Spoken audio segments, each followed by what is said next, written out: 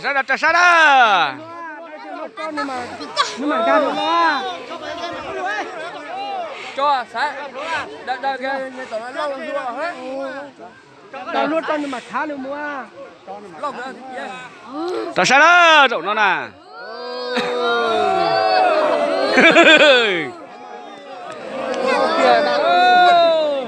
Chị lơ, sẽ chào đó. Trần chị đó. Ôi dồi. Ôi nó chọn xe luôn đi. Sao trần chị đó, nhiều xin trò tiền đó rồi à. Nhiều cuối trời xin trò ý chấp lại đó. Go. Nhưng mà ô tiền nhưng mà trò tiền là đó chị đã.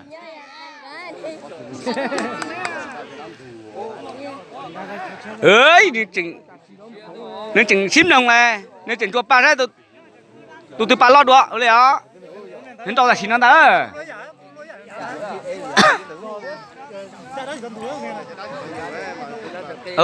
ủa giờ bà ta nè ủa mà cho nên ta bé mà sai đâu rồi cho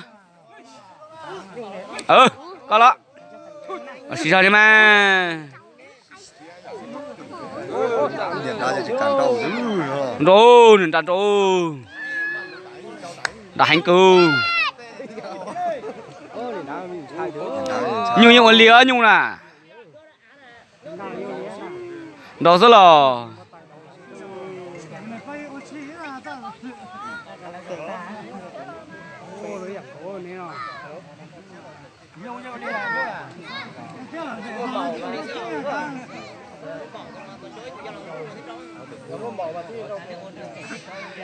xí ra mà nếu ăn nó học bia tức mà cú ăn nó bia xí chết ra rồi cho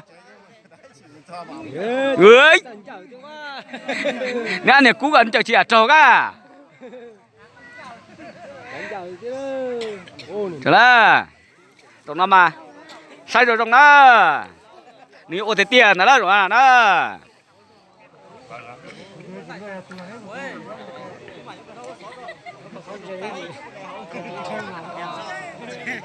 Nhiều xe, nhiều gì mà nhiều có tiếng.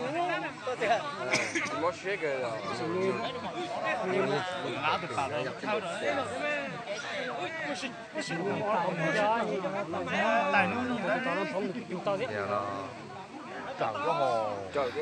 Đây cho cái này lâu tủ hậu thì tụi tôi ăn tròn trâu chứ. Lâu tủ mà là tên trâu ấy. ở đây nhiều xe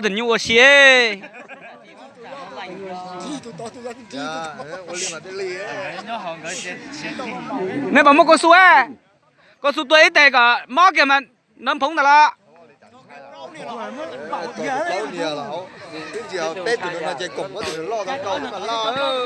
Cho cái lâu tụi nó hậu nó tụi tin trâu nhìn trâu nữa. Không muốn lẻ rồi, đâu có muốn lẻ rồi.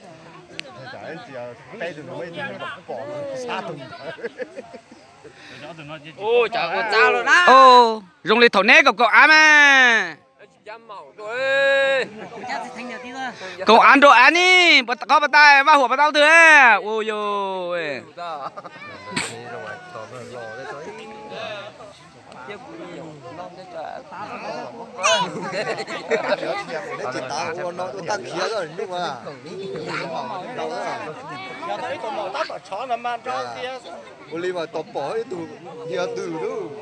tao chỉ mình chưa chơi nó sẽ nhục điệp vào tao ló nhục tuổi già này hả mà đấy ôi sư tổ mà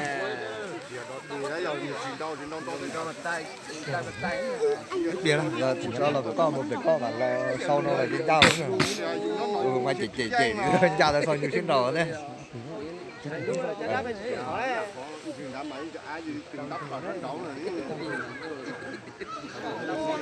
nãy nhìn tàu cái thuyền mo rồi ấy thì đâu sao đó dân tao ta xin nó đó